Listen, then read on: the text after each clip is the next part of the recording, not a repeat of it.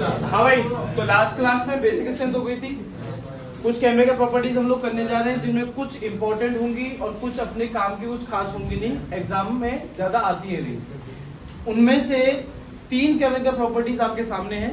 Alkylation है, acylation है और क्या है, बेंजोइलेशन। इससे पहले ये सारी की सारी रिएक्शंस हमने देखी हैं, पर इलेक्ट्रोफिलिक सब्स्टिट्यूशन जहां हम लोग इन सभी का अटैक करवाते थे एनहाइड्रस AlCl3 की प्रेजेंस में। नोट करने वाली बात यह है कि यहाँ एक भी रिएक्शन में एनहाइड्रस AlCl3 का इस्तेमाल नहीं करना है। नाम से पहले किसी के भी फ्रीडल क्राफ्ट नहीं लिखा हुआ है, क्योंकि आपने एनहाइड्रस AlCl3 का इस्तेमाल नहीं किया। पिछली क्लास में जाते जाते बताई थी ये चीज आपको कि भाई ये जो अमाइंस होते हैं नेचर में ल्यूइस बेस का काम करते हैं, और जबकि एनहाइड्रस AlCl3 किसकी तरह काम करता है, ल्यूइस एसिड। तो अगर आपने एनहाइड्रस AlCl3 ले लिया, अब आप थर्ड चीज कोई भी लो, वो अमाइन उसकी तरफ देखेगा भी नहीं, वो सीधा जाकर के रिएक्ट किसके साथ करेगा, एनहाइड्रस AlCl3 और एक सॉल्ट बना लेगा, है ना। तो हमने वो सब वहां से हटा दिया और यहाँ पर हम लोग ले आए हैं अल्काइलेशन, एसाइलेशन और बेंजोइलेशन। सभी में आपको अमाइन नजर आ रहे होंगे। AR का मतलब क्या है, एरोमेटिक बेंजीन, और R का मतलब एलिफेटिक अल्काइल ग्रुप। हर एक में हम लोगों ने प्राइमरी और सेकेंडरी का इस्तेमाल किया है, दिख रहा है सबको। यहाँ हमने कहीं भी टर्शरी का इस्तेमाल नहीं किया है। अभी आपको समझ में आ जाएगा क्यों नहीं किया है। जब ये रिएक्शन आपस में होगी, जैसे आपने करवाया अल्काइलेशन, इससे पहले क्या हम लोगों ने हॉफमैन्स अमोनोलाइसिस पढ़ा है, उसमें हम लोग अमोनिया पर RX का अटैक कराते थे, प्राइमरी अमाइन बनता था, ये रहा प्राइमरी अमाइन, और फिर वापस से अटैक किसका कराते थे, RX का, तो बनता था सेकेंडरी अमाइन, जहां हाइड्रोजन कहां से रिमूव होता था, हमेशा नाइट्रोजन। अगर हर बार यहां नाइट्रोजन से हाइड्रोजन निकाल करके आप सब में साइड प्रोडक्ट क्या बना देंगे, HCl। चाहे अल्काइलेशन हो, चाहे आपका क्या हो, एसाइलेशन हो, चाहे बेंजोइलेशन हो, सब में हम लोगों ने साइड प्रोडक्ट निकाल दिया है HCl। और हाइड्रोजन कहां से निकला है, बेंजीन से निकला है, अल्काइल ग्रुप से निकला है, या अमाइन ग्रुप से निकला है, अमाइन ग्रुप से निकला है। तो इन सभी में HCl साइड प्रोडक्ट निकल जाने के बाद जो बचे हुए हैं वो आपस में जुड़ेंगे। यहां से फर्स्ट केस में आपको जो मिलेगा वो क्या होगा, अगर R लिया है तो R, AR लिया है तो AR, यहाँ N से H जुड़ा है और क्या जुड़ जाएगा, प्राइमरी अमाइन से कौन सा डिग्री अमाइन मिला आपको, सेकेंडरी अमाइन आपको मिल गया। वही यहाँ पर क्या होगा, सेकेंडरी अमाइन आपके पास, आपको इससे क्या मिलेगा, आपसे मिलेगा, आपको इससे मिलेगा टर्शियरी अमाइन। ये तो 2 तो है ही, 2 तो जो कि नाइट्रोजन से जुड़े हुए हैं। अब इससे कौन आकर के जुड़ेगा अपना CH3। ये हमने हॉफमैन्स अमोनोलाइसिस में पहले भी देखा है। वहीं अगर अपन बात करते हैं एसाइलेशन की, HCl चला गया, जो आपको मिलेगा वो है, अगर बेंजीन था तो AR, एलिफेटिक है तो R, जिससे कौन जुड़ा हुआ है, N। नाइट्रोजन पर क्या मौजूद है, एक हाइड्रोजन। कौन सा ग्रुप आकर के जुड़ेगा, इसे कहते हैं एसिटाइल ग्रुप। कौन सा ग्रुप कहते हैं, एसिटाइल ग्रुप। अगर CH3 C double bond ONH2 होता, मानवेंद्र बेटा कौन सा फंक्शनल ग्रुप है, कौन सा फंक्शनल ग्रुप है, कौन सा है निशिका, ये है अमाइड। क्या है, अमाइड। कॉमन नेम में इसे कहते हैं एसेट अमाइड। कितने कार्बन का टोटल, 2 का, तो आप इसे क्या कहते हैं, एसेट अमाइड। क्या आपको इसमें एसेट अमाइड ग्रुप नजर आ रहा है? बस एक छोटा सा अंतर ये है कि सर यहाँ एसिड अमाइड में नाइट्रोजन की 2 वैलेंसी हाइड्रोजन पूरी कर रहा है, तो यहाँ एक तो हाइड्रोजन है, पर दूसरा क्या है, या तो कोई अल्काइल या फिर कोई फिनाइल ग्रुप है। तो इस केस में इसका नाम पड़ जाएगा या तो N अल्काइल एसिड अमाइड, या फिर N फिनाइल, बेंजीन बेंजीन अलग होता है, N फिनाइल एसिड अमाइड। बात है समझ में? पर अगर मैं यहां इसमें देखता हूं, ये 2 डिग्री था, 2 डिग्री से जो मुझे मिलेगा इसका होल ट्वाइस नाइट्रोजन से जाके जुड़ा, नाइट्रोजन पर सिर्फ एक हाइड्रोजन था, वो तो चला गया, उसकी जगह आ जाएगा आपका सीधा सीधा C डबल बॉन्ड और CH3। ये भी एसिड अमाइड ही है, पर अब बताओ यहाँ नाइट्रोजन पर कितने अल्काइल ग्रुप होंगे? 2। तो नाम पड़ जाएगा N, di alkyl acid amide, या सब फिनाइल रहा होगा तो N, di phenyl acid amide. ठीक है। बेंजोइलेशन की अगर बात करें तो यहाँ से HCl गया, जो बचा हुआ है अगर वो आपस में जुड़ जाए तो यहाँ नाइट्रोजन पर एक हाइड्रोजन है ही, और यहाँ आ गया C डबल बॉन्ड O, और अब CH3 की जगह कौन आ गया? बेंजीन। देखिए अगर यहाँ NH2 होता तो आप उसको कहते बेंजामाइड। क्या कहते? बेंजामाइड। अब क्या कहेंगे? एन अल्काइल बेंजामाइड, या फिर आपके पास में क्या था? फिनाइल था, तो एन फिनाइल बेंजामाइड। वहीं इसी तरीके से अगर इस 2 डिग्री की बात करी जाए, twice nitrogen C double bond O, और आ जाएगा कौन आपका? बेंजीन। अभी भी बेंजामाइड है, बस नाम क्या हो जाएगा? N, डाई अल्काइल बेंजामाइड, या N, डाई फिनाइल बेंजामाइड। इन सब में टर्शरी अमाइन एक भी जगह हमने क्यों नहीं लिया है? सब रिएक्शन के अंदर हाइड्रोजन रिमूव हो रहा है। टर्शरी अमाइन पर कोई हाइड्रोजन एटम होता है कि नहीं होता है? तो टर्शरी अमाइन इनमें से कोई भी एक रिएक्शन अभी के लिए तो नहीं देगा। बात क्लियर है? तो ये तीनों रिएक्शंस फ्रीडल क्राफ्ट के साथ यूज में होती थी पहले, पर अमाइंस के केस में हमें फ्रीडल क्राफ्ट नहीं करवा सकते। कारण क्या है उसका? क्योंकि वो किसकी प्रेजेंस में होती है? एनहाइड्रस AlCl3, जो एक ल्यूइस एसिड है, और ये खुद किसकी तरह काम करते हैं? Lewis base. अगर आपने फ्रीडल क्राफ्ट रिएक्शन करानी चाहिए तो ये किसी थर्ड एजेंट के साथ रिएक्ट ही नहीं करेंगे, सीधा सीधा एनहाइड्रस AlCl3 के साथ रिएक्ट करके क्या बना देंगे? बात है समझ में? बनाइए। हो गया तो फिर एक नोट बनाइएगा, एक नोट बनाइए। नोट में लिखिएगा aromatic amines does not give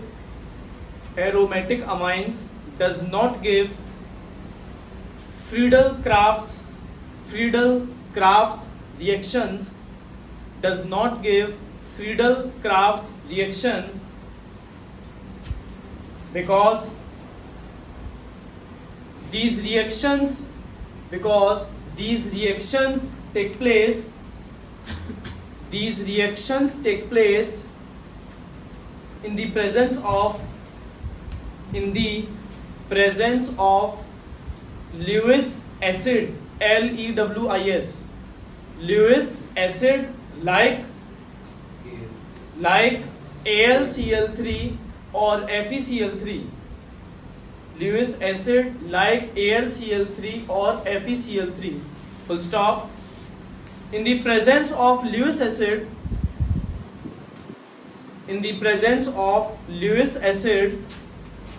amines, being a Lewis base,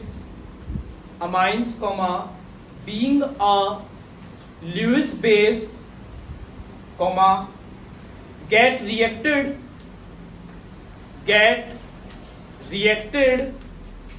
with Lewis acid, not with alkyl or acyl group, इससे पहले फ्रीडल क्राफ्ट रिएक्शंस ना तो एरोमेटिक कीटोन, अल्डिहाइड और कार्बोक्सिलिक एसिड नहीं दे रहे थे। उनका कारण अलग था, क्योंकि सर उनके रेजोनेंस में वहां पता लगता था कि बेंजीन रिंग जो है उस पर चार्ज आ जाता था पॉजिटिव, -R की वजह से। पर यहाँ ये +R होगा, पर इसके बावजूद आप इसकी फ्रीडल क्राफ्ट रिएक्शन नहीं परफॉर्म कर सकते, क्योंकि किसकी प्रेजेंस में करानी पड़ेगी आपको? वो AlCl। क्लियर है? ठीक है सर। तो अगली जो केमिकल प्रॉपर्टी हम लोगों को पढ़नी है वो एक डिस्टिंग्विशिंग टेस्ट है, जिसका नाम है आइसोसायनाइड टेस्ट। आइसोसायनाइड टेस्ट, या इसे कार्बाइल अमाइन टेस्ट भी कहा जाता है, या तो हम इसे कहते हैं आइसोसायनाइड टेस्ट। कौन सी केमिकल प्रॉपर्टी है? 5th और 6th? 5th। या तो आप इसे कहते हैं आइसोसाइनाइड टेस्ट, या फिर इसे कहा जाता है कार्बाइल अमाइन टेस्ट, या क्योंकि इस टेस्ट को देने वाले थे हॉफमैन, तो इसे आप कह देते हैं हॉफमैन्स कार्बाइल अमाइन टेस्ट। या तो आइसोसाइनाइड टेस्ट या कार्बाइल अमाइन टेस्ट, या फिर आप इसे कहते हैं हॉफमैन्स कार्बाइल अमाइन टेस्ट। ये पर्टिकुलरली एक डिस्टिंग्विशिंग टेस्ट है, अंतर पहचानने वाला टेस्ट है दो फंक्शनल ग्रुप्स के बीच में। दोनों फंक्शनल ग्रुप डिफरेंट है। पहला जो फंक्शनल ग्रुप है वो है अमाइन, दूसरा कोई भी दूसरा फंक्शनल ग्रुप हो सकता है, चाहे अल्कोहल हो, कार्बोक्सिलिक एसिड हो, एल्डिहाइड हो, कीटोन हो, हेलोजन हो। अब सर अमाइन भी आपने कितने टाइप के पढ़े हैं? 3 टाइप के, तो उसमें भी पर्टिकुलरली ये सिर्फ प्राइमरी अमाइन ही हो सकता है। देखिएगा, it is a distinguishing test between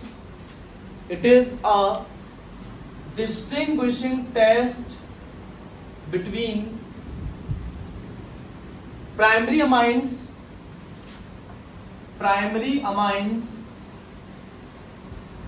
and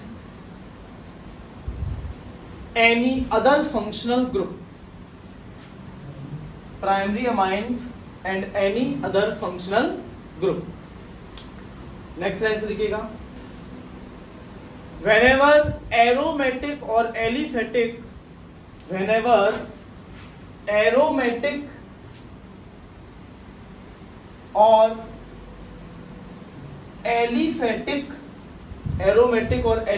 primary amines are treated with a mixture of chloroform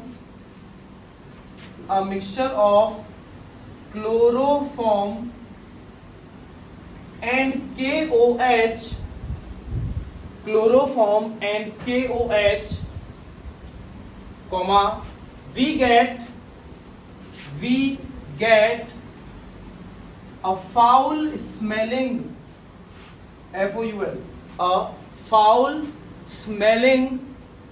compound called isocyanide,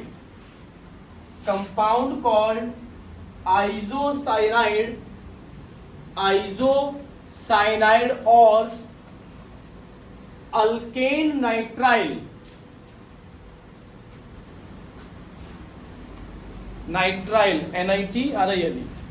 nitrile. तो साहब चाहे एरोमेटिक हो चाहे एलिफेटिक हो, होना कौन सा डिग्री अमाइन चाहिए? 1 डिग्री। ट्रीट किसके साथ करवाना है? क्लोरोफॉर्म और KOH। KOH की जगह और क्या लिया जा सकता है? NaOH। तो आप ये पाएंगे कि ये जो नाइट्रोजन था किसका? अमाइन का, ये ही नाइट्रोजन कन्वर्ट हो रहा है किसमें? आइसोसाइनाइड में। हाँ भाई, ये कार्बन कहां से आया? क्लोरोफॉर्म से। जो हाइड्रोजन थे, ये 2 हाइड्रोजन अमाइन के दिख रहे हैं और एक हाइड्रोजन इसका दिख रहा है क्लोरोफॉर्म का, दिख रहा है सब लोगों को? 3 हाइड्रोजन यहां से, 3 OH यहां से, क्या बन गए? 3 H2O। बच गए 3 K और क्या बच गए? 3 Cl, क्या बन गए? KCl। जो बचा हुआ कंपाउंड है वो बन गया आइसोसाइनाइड, जिसमें से बहुत गंदी फाउल स्मेल जो है आती है, जिससे आपको पहचान में पता लग जाता है कि भाई जिस टेस्ट ट्यूब में से भी फाउल स्मेल आ रही है, मतलब उसमें कौन सा ग्रुप रहा होगा? प्राइमरी अमाइन रहे होंगे। क्लियर है? रिएक्शन बनाइए बेटा। इसमें आइसोसाइनाइड बन रहा है। इससे पहले भी हम लोगों ने एक और रिएक्शन में आइसोसाइनाइड बनाया है। किसी को याद है कौन सी रिएक्शन थी? सर रिएक्शन थी अल्काइल हलाइड का ट्रीटमेंट AgCl के साथ। ऐसा करने से RNC आपको मिल जाया करता था। इसमें भी R के अलावा एक और कार्बन आ गया और इसमें भी R के अलावा एक और कार्बन आ गया। तो आप जो ठीक लगता है आप उस तरीके से इस रिएक्शन को परफॉर्म कर सकते हो। ठीक है, तो हम लोग नेक्स्ट केमिकल प्रॉपर्टी पढ़ने जा रहे हैं अमाइंस की, जिसका नाम है reaction with nitrous acid. Sixth chemical property, reaction with nitrous acid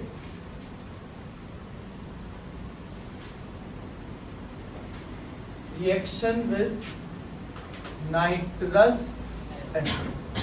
क्या होता है बेटा नाइट्रस एसिड का फॉर्मूला, किसी को पता हो? नाइट्रस एसिड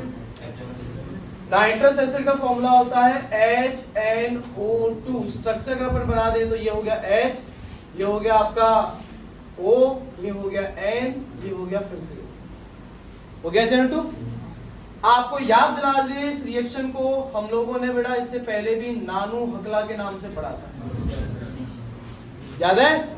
नानू हकला जो एक डबल डिस्प्लेसमेंट का रिएक्शन का शिकार था।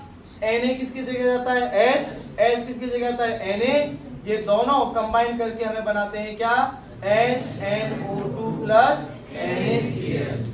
इससे पहले नानू हकला नाइट्रस एसिड हम लोगों ने बेंजीन डाइएजोनियम क्लोराइड बनाने के लिए इस्तेमाल में लिया था।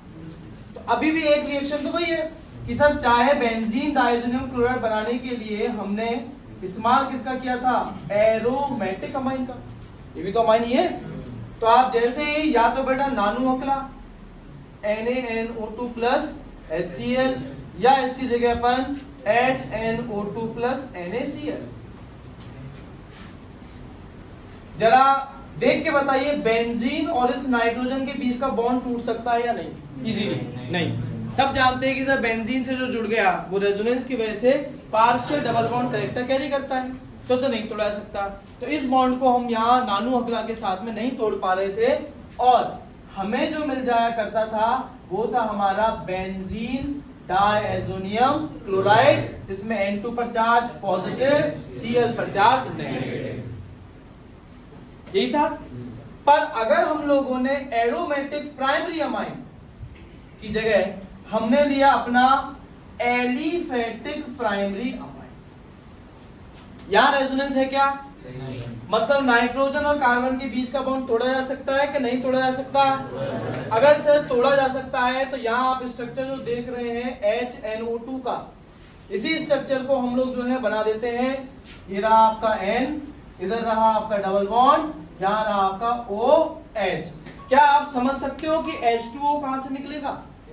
कहां से निकलेगा सर? यहां से 2H और यहां से एक O, क्या निकला? क्या आप समझ सकते हैं N2 गैस कहां से निकलेगी?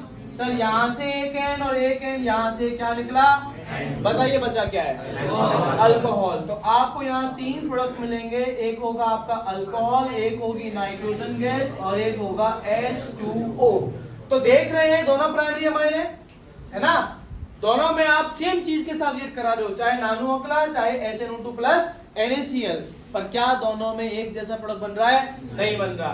कारण यहाँ रेजोनेंस ही है कि सर रेजोनेंस कैसे बॉन्ड नहीं तोड़ा जा सकता, जबकि यहाँ रेजोनेंस नहीं है तो हमने आराम से बॉन्ड तोड़ दिया और क्या बना दिया? अल्कोहल। इससे फिनॉल नहीं बनेगा। फिनॉल बनाना है इससे BDC बनाओ, BDC पर किसके छांटे दो? वार्म H2O, गर्म पानी, तब बनेगा साहब। बात आ रही संदेह के नहीं आ रही? तो रिएक्शन बन जाती है इंपॉर्टेंट, क्योंकि एरोमेटिक और एलिफेटिक में सेम रिएजेंट के साथ रिएक्ट कराने पर आपको अलग अलग तरह के क्या मिल रहे हैं? क्लियर है? बनाइए दोनों ABCD पहचान।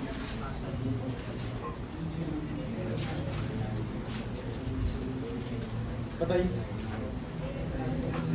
हाँ जी, ये रिएक्शन है AgNO2 की, ये आपने सिर्फ एक ही चैप्टर पढ़ी है, हेलो अल्केन ना। तो ये या तो ये अल्काइल या एराइल में से कोई रहा होगा, सब कुछ हिंट वहां है। यहाँ बेंजीन है क्या? एरोमेटिक तो नहीं है, एलिफेटिक ही है। अच्छा कितने कार्बन का कोई गैस कर सकता है? ये कौन सी रिएक्शन है?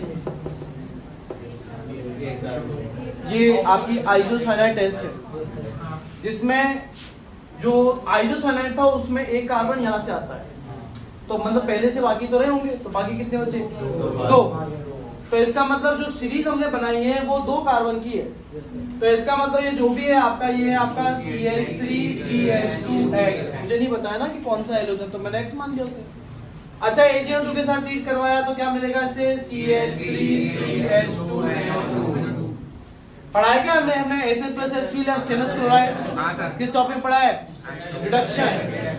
तो सर इसके रिडक्शन से क्या मिलेगा? CH3CH2 NH2। वो तो आपको बना के दे दिया, वो तो पहचानना है नहीं। अब इस पर बेटा किसका अटैक करवा रहे हैं? HNO2। बताइए क्या बनेगा? CH3CH2OH। बन गई सीरीज।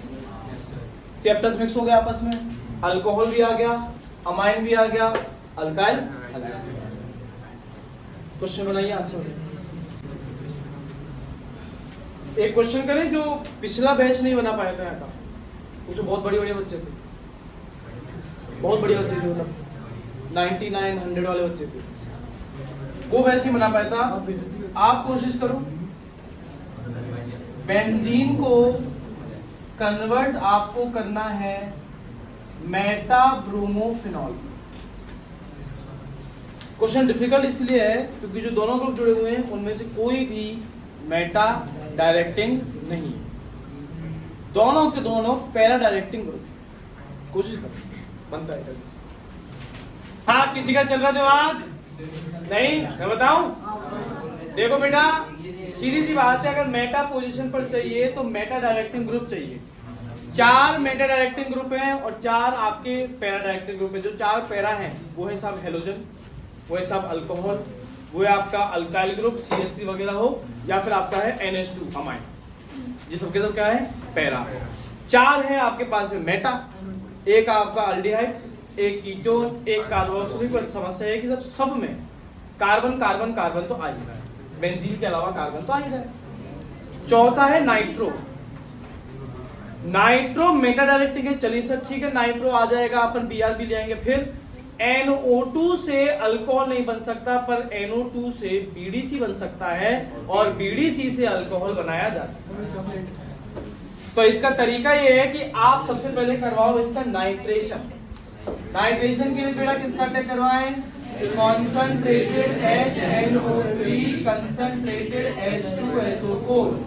कहीं भी जोड़ दे NO2 नहीं, मतलब तो बेंजीन पे तो कहीं भी जोड़ दे।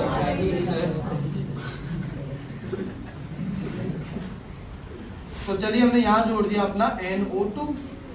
अब साहब इस पर Br लाने के लिए हम लोगों ने करवा दिया इसका ब्रोमिनेशन।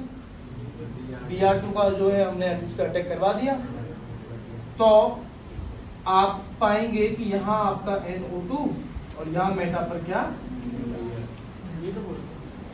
अब साहब अगर इसको एनालाइन बना दें, क्योंकि BDC तो एनालाइन से बनता है, और उसके लिए आपको चाहिए SN+HCl।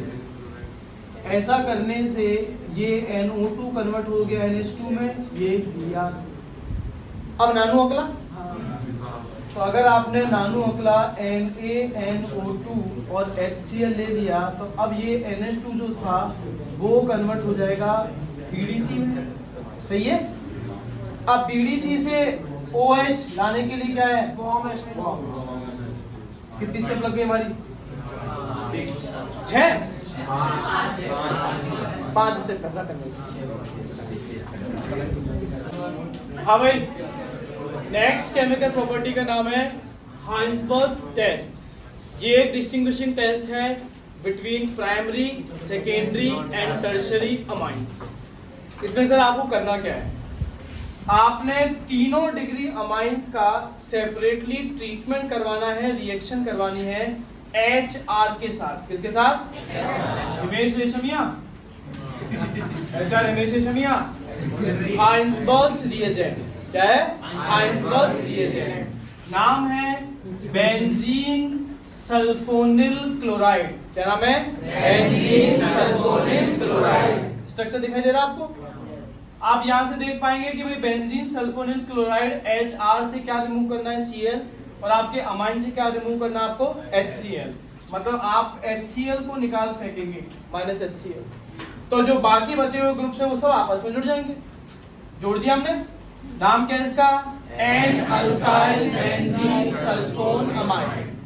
किस कलर का पीपीटी है? क्या अभी भी नाइट्रोजन के पास हाइड्रोजन नजर आ रहा है? अगर आपने बेटा इसे NaOH में डिसॉल्व करने की कोशिश की, यहाँ से H चला जाएगा, यहाँ से OH, साइड प्रोडक्ट अगर आपका H2 निकल गया तो ये Na जाकर के H की जगह जुड़ जाएगा। रिएक्ट कर गए, रिएक्ट करके मतलब घुलेंगे कि नहीं घुलेंगे आपस में? घुल जाएंगे साहब, सॉल्यूबल है। जो बना है वो सॉल्यूबल है। किसमें सॉल्यूबल है? NaOH में। NaOH में तो बोला तुमने, पर वहीं अगर आपने बेटा लिया 2 डिग्री अमाइन, तो क्या यहाँ से HCl निकाला जा सकता है क्या? क्योंकि साहब हाइड्रोजन है उसके पास, जो मिला उसका नाम है N, di alkyl benzene sulphonamide. ये भी किस कलर का पीपीटी है? पर जैसे ही आप इसे NaOH में डिसॉल्व करने की कोशिश करोगे, क्या नाइट्रोजन के पास हाइड्रोजन है? तो ये NaOH के साथ बॉन्ड बनाएगा? नहीं बनाएगा। NaOH में सॉल्युबल होगा कि इनसॉल्युबल? वहीं अगर आप बात करें टर्शरी अमाइंस की, तो क्या यहाँ पर HCl रिमूव किया जा सकता है? नहीं सर। क्यों? क्योंकि हाइड्रोजन है ही नहीं, कोई रिएक्शन नहीं होगी, कोई वाइट पीपीटी फॉर्म नहीं होगा, तो NaOH में घुलने का तो सवाल ही नहीं है। प्राइमरी के केस में क्या होता है? वाइट पीपीटी बनता है HR के साथ रिएक्ट कराने पर, which is soluble in NaOH। 2 degree में वाइट पीपीटी बनता है HR के साथ रिएक्ट कराने पर, but which is insoluble in NaOH। जबकि टर्शरी में किसी तरह का कोई वाइट पीपीटी ही फॉर्म नहीं होता। क्लियर है? तो पहले लिख लीजिएगा इसके लिए, हाइंसबर्ग टेस्ट के लिए, हाइंसबर्ग test, it is a distinguishing test between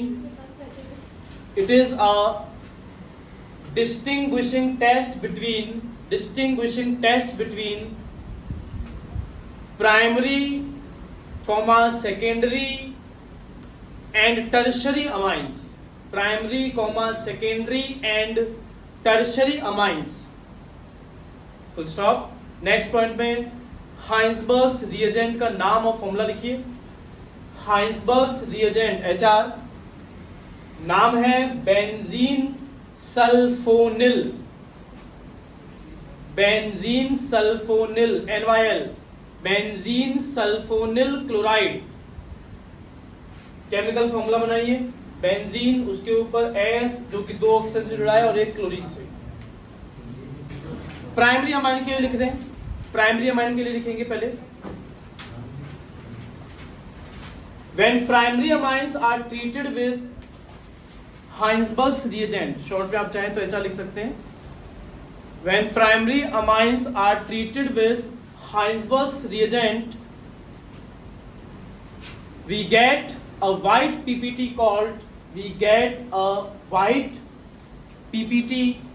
called, called N-alkyl benzene sulfonamide. N-alkyl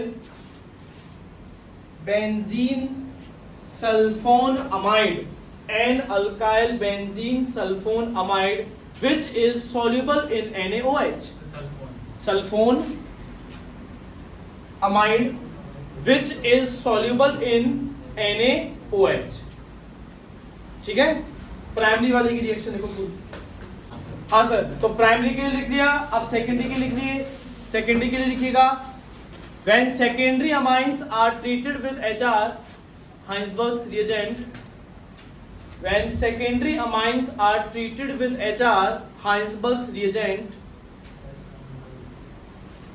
we get a white PPT called,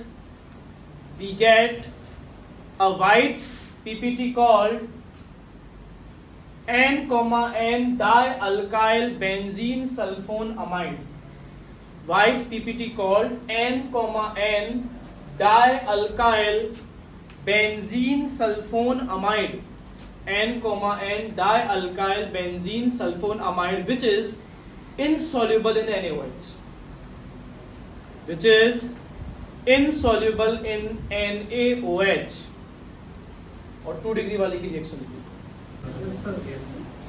secondary के बाद टर्शरी के लिए लिखिएगा, टर्शरी अमाइंस के लिए, when tertiary amines are treated with HR, Heinsberg reagent, when tertiary amines are treated with HR, no white PPT is formed. White PPT is formed due to absence of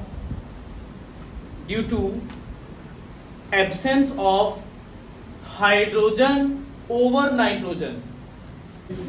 ठीक है sir, तो जो अगली chemical property है उसका नाम है sulphonation, और ये आपके लिए इंपॉर्टेंट है इस साल, क्योंकि इसमें एक ऐसा टॉपिक आने वाला है जो कि 2 चैप्टर्स में मौजूद है। एक तो इसमें तो है ही, इसके अलावा बायोमोलिक्यूल जो आपका चैप्टर आएगा उसमें भी ये टॉपिक आपका रिपीट होने वाला है, इसलिए इंपॉर्टेंट है।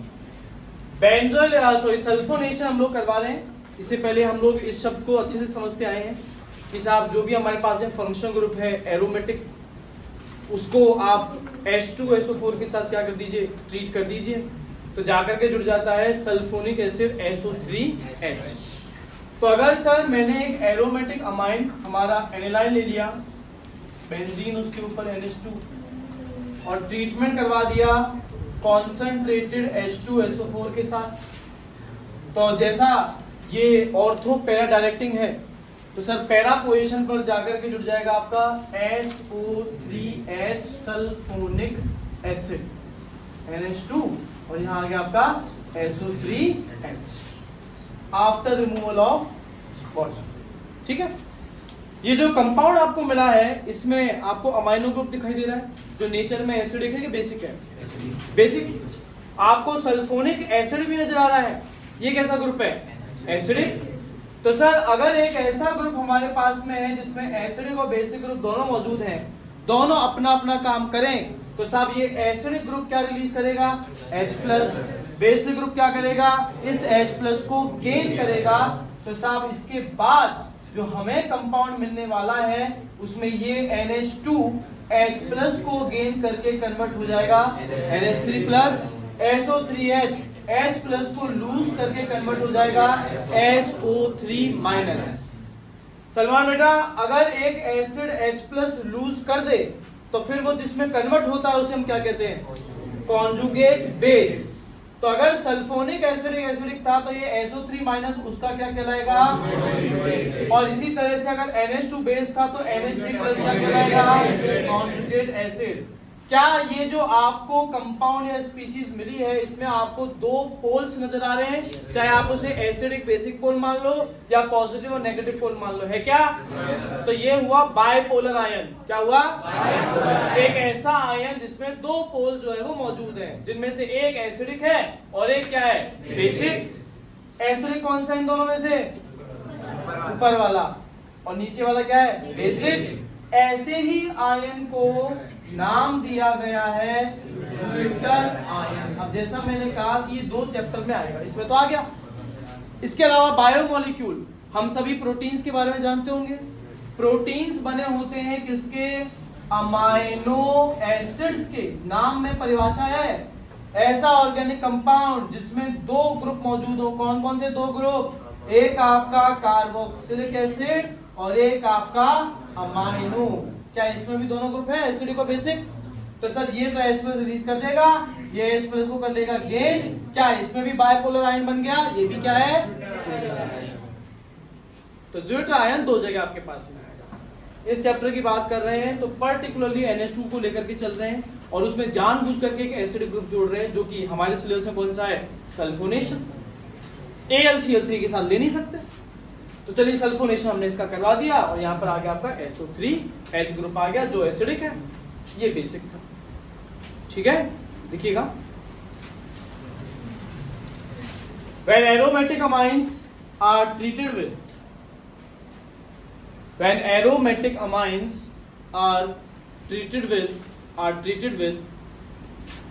H2SO4 treated with H2SO4, we get para amino benzene sulfonic acid. We get para amino benzene sulfonic acid, commonly called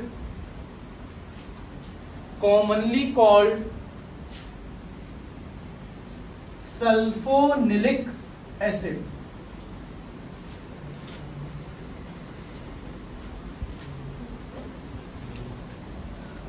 Containing both acidic and basic groups.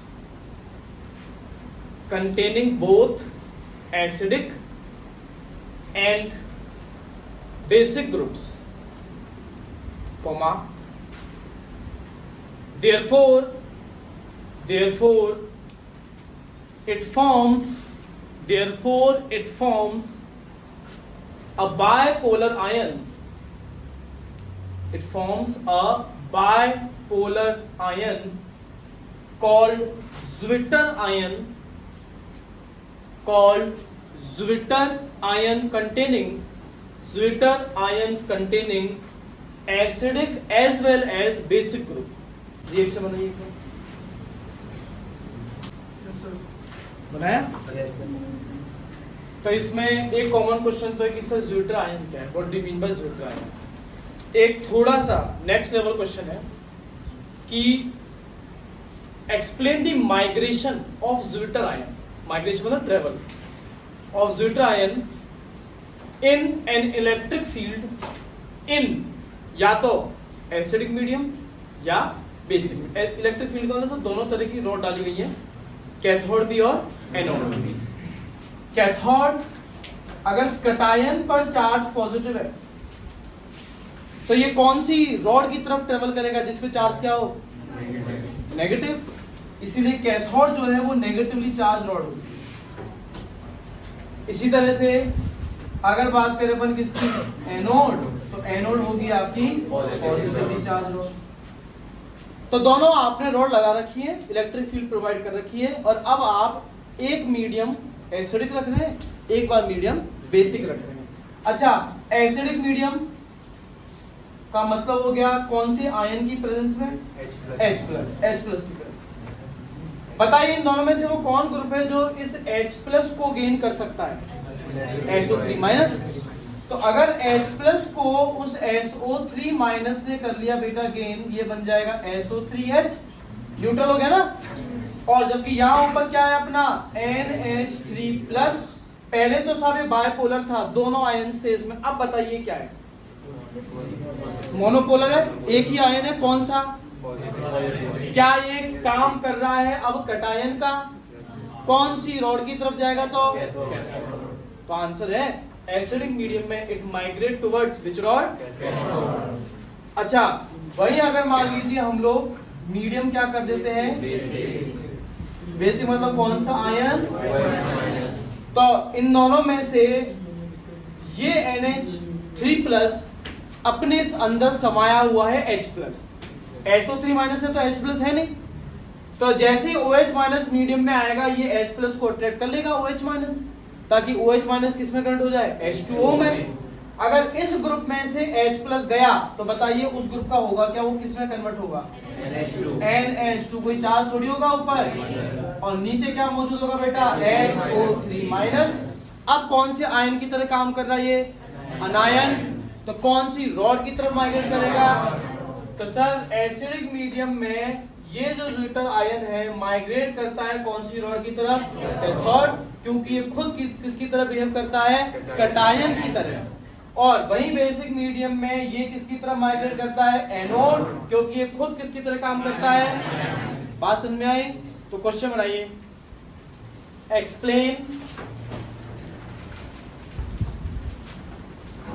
explain the migration of Zwitter ion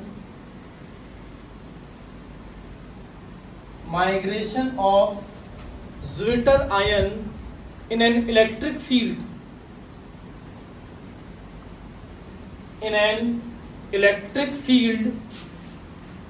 in question का first part बना लेना acidic medium और second part बना लीजिएगा basic medium. तो solution में first in acidic medium लिखिएगा, in acidic medium Zwitter ion itself behave like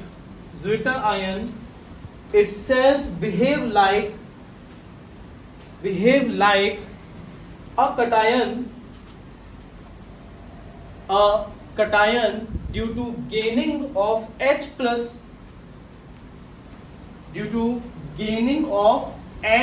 plus from the medium, and migrate towards and migrate towards which rod? Migrate towards negatively charged rod called cathode. ये सिर्फ इसका लिखना था acid medium का। तो फिर जो सेकंड आपने मीडियम बनाया उसका आंसर लिखिए। In basic medium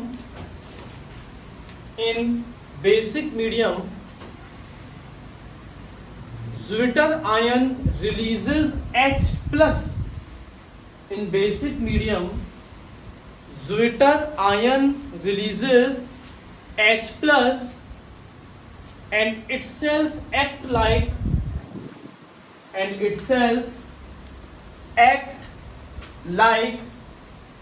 anion. Itself act like an anion. Full stop. Therefore,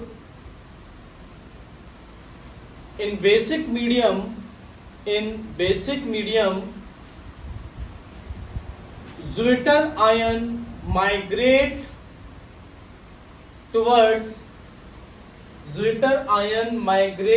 towards positively charged electrode called anode.